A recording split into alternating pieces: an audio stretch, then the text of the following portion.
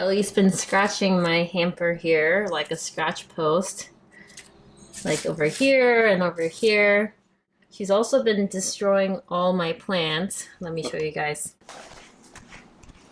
So I had a really great Monstera plant here, which is now gone clearly and with no hopes of coming back. I also had a couple branches of rubber tree here, and this is all that's left of it.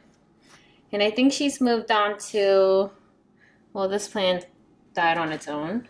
I think she's moved on to maybe this plant, which is like on its way out. I think like some tips of these plants. And lastly, I have the succulents where Ellie just bit off the ends of everything. So everything is just like blunted, which is fine. All of this is fine. I think she probably just needs more toys. All these plants are technically pet safe except for the Monstera, but she's not really eating any of the plants. She's just biting it off. Oh my gosh, she's doing it right now. Ellie, what are you doing? Yeah, so she's just biting it off and leaving it on the table for me to see and for me to clean up. So I don't think any of this is like actually dangerous to the cat. It's just like annoying that I can't keep any of my plants alive. But I guess that's the price you pay for having a cat. I went to the plant store the other day over the weekend, and I asked the person why my cat keeps eating my plants or biting off my plants. And they said that they often do this when they're bored and maybe are understimulated. And I think maybe Ellie is a little bored and understimulated. I'm used to having Candy, who was an older cat, and she didn't need as much playtime and toys and things like that. But Ellie's obviously a lot younger, so she just needs to be like played with, and she needs lots of different toys. And we have a couple like toys for her that she really enjoys, but I think she maybe needs couple more. So I think we're gonna head out to the pet store and grab a couple more cat toys for Ellie today.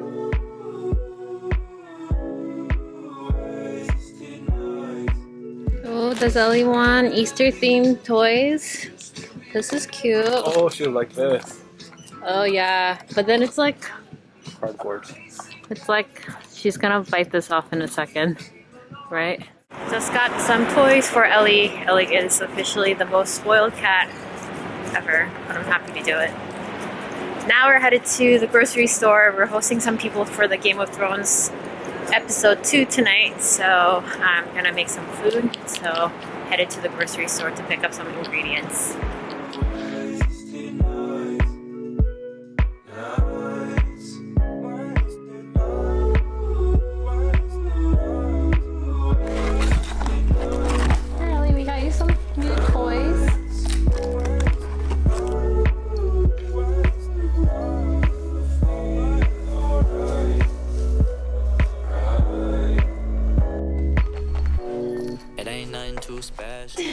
That was a successful toy trip for Ellie.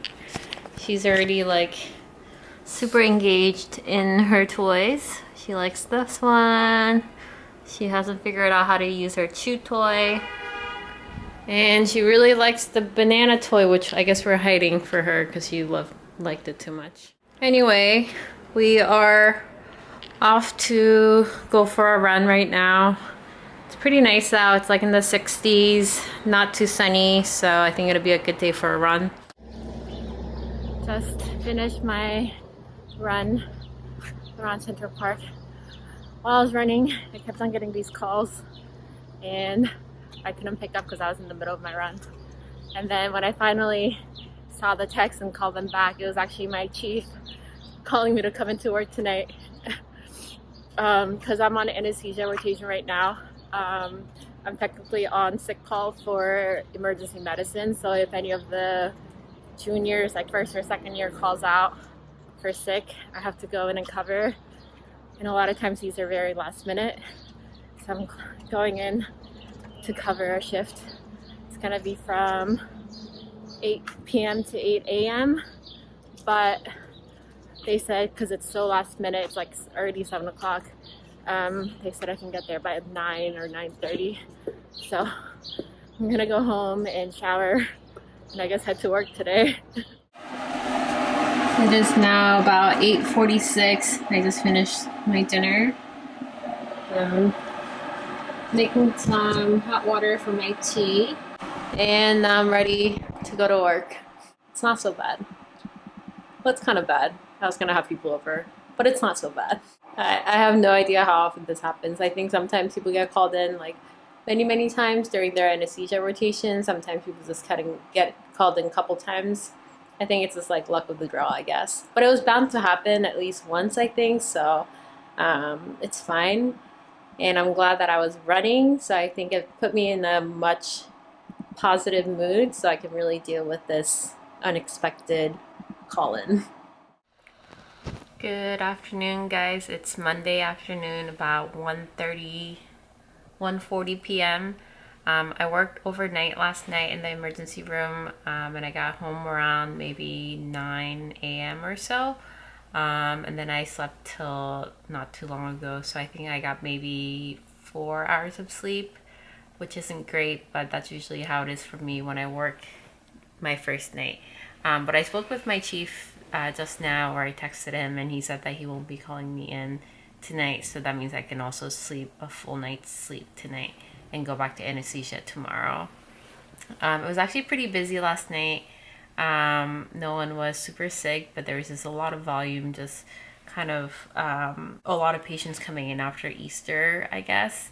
Yeah, definitely made me reminded me of how busy things can be sometimes, even on a Sunday night after a holiday. Yeah, really grateful that I can just go back to anesthesia tomorrow, because it's definitely a lot slower in pace. I think for the rest of today, I don't really have anything planned. It's technically like my post night shift day, so I'm free. I think I'm gonna go meet up with my friend at some point downtown, and spend some time with her. I just woke up from a long nap. I hate the feeling, like I hate this like groggy feeling after a nap, but I guess this working overnight just kind of screwed my schedule up a little bit. Anyway, it's like 8:30 now. I don't know what I'm gonna do. Before taking a nap, I was reading some books. I'm reading a couple books on my Kindle right now. If you guys are interested, I'll link everything down below in the description box.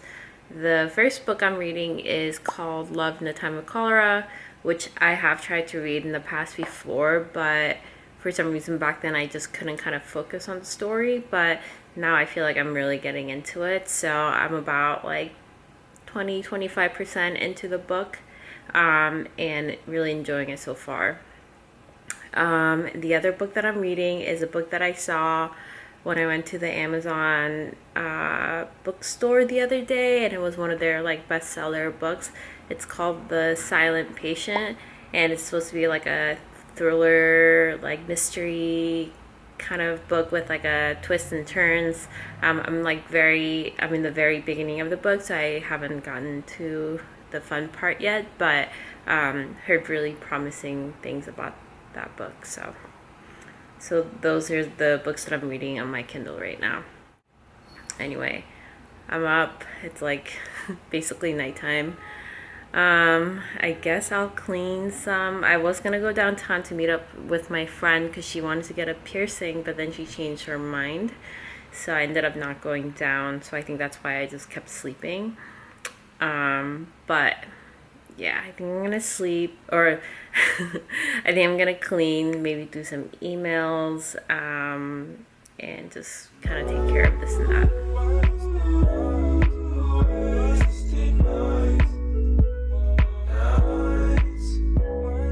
So it's about 12:30 in the morning right now, and because I slept most of the day, I don't know where the day has gone.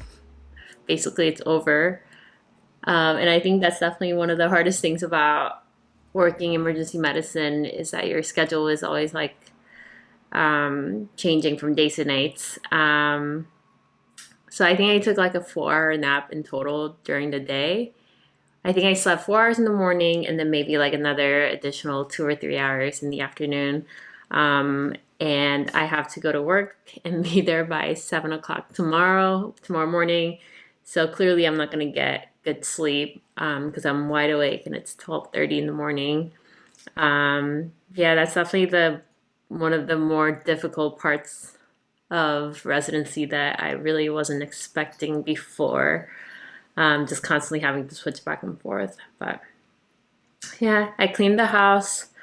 Um, did a lot of like computer like errands and emails and stuff. Read a little bit of my books. So I mean, I'm making the most of my time. So and I've run out of things to do, and I am now shopping for things I don't need. I need my caffeine. I need my caffeine. Go get my coffee. I need my coffee. Good morning, everyone. It's Tuesday morning. About 7 o'clock. I'm running late. I think I got maybe 4 hours of sleep last night. I think I was asleep by maybe 2:30 or so, and then had to be up around 6:30. So not too much sleep. I'm feeling pretty tired, but I don't want to nap today because I don't want the same thing to happen tonight. Anyway, I'm headed to work. Got my coffee and time to go. I have successfully escaped the hospital, and now on my way home I'm gonna actually bike ride because it's really nice out, so I'm gonna get a city bike and bike home.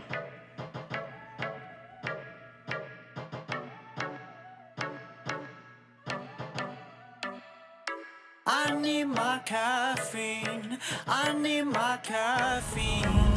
Go get my coffee, I need my coffee. Headed downtown to a yoga class and then to meet some friends for dinner. Peace. I need my caffeine, I need my caffeine. Go get my coffee. So I just got back from having dinner with my friends. We went to this brothless ramen place in Lower East Side. That was really good. So I think I'm going to close the vlog here, but I want to answer a couple questions that were asked by a lot of you in the previous video. The first question is, what is an off-service rotation? Basically for me, being in emergency medicine, off-service rotation for me is anything that's outside of emergency medicine. So whether that's medical ICU, surgery, anesthesia, orthopedics, OBGYN, those are common off-service rotations for EM residents. And they're helpful because they give us a good perspective of how other departments work, and having that knowledge and perspective is really helpful because in the emergency department, you interact with a lot of different specialties. So you do that as a resident in emergency medicine. Some of the other specialties may or may not have off-service rotations. And that's something that's common in a lot of different residencies. And as attendings, you don't do off-service rotations because it's not a specialty that you're trained in, so you don't practice in other departments. A lot of you also asked me why I'm doing anesthesia rotation if I'm in emergency medicine. And I think that's because in emergency medicine, you end up doing a lot of kind of emergency intubations. So it's really helpful for us to get an experience of intubations and really the right way of doing things in a more controlled setting, and you would do that in basically anesthesia. So the main focus of me doing anesthesia rotation is for me to get a lot of intubation experience, and I've been getting that experience in the past couple of weeks that I've been doing anesthesia. And you guys also know that I got called in to cover somebody who called in sick a couple of days ago, and the reason why I'm responsible for someone calling out sick is because my schedule in anesthesia is actually a lot lighter than other off-service or even EM rotations. So having a lighter schedule means that you're responsible for people who call out sick or who have emergencies come up and can't make it to their work. So that's what I'll be doing for the next 3 weeks that I'm on anesthesia. So I think those are the questions that were asked in the last week's video. And I think with that, I'm gonna close the vlog today. Thank you guys so much for watching, and I will see you guys in the next video. Bye.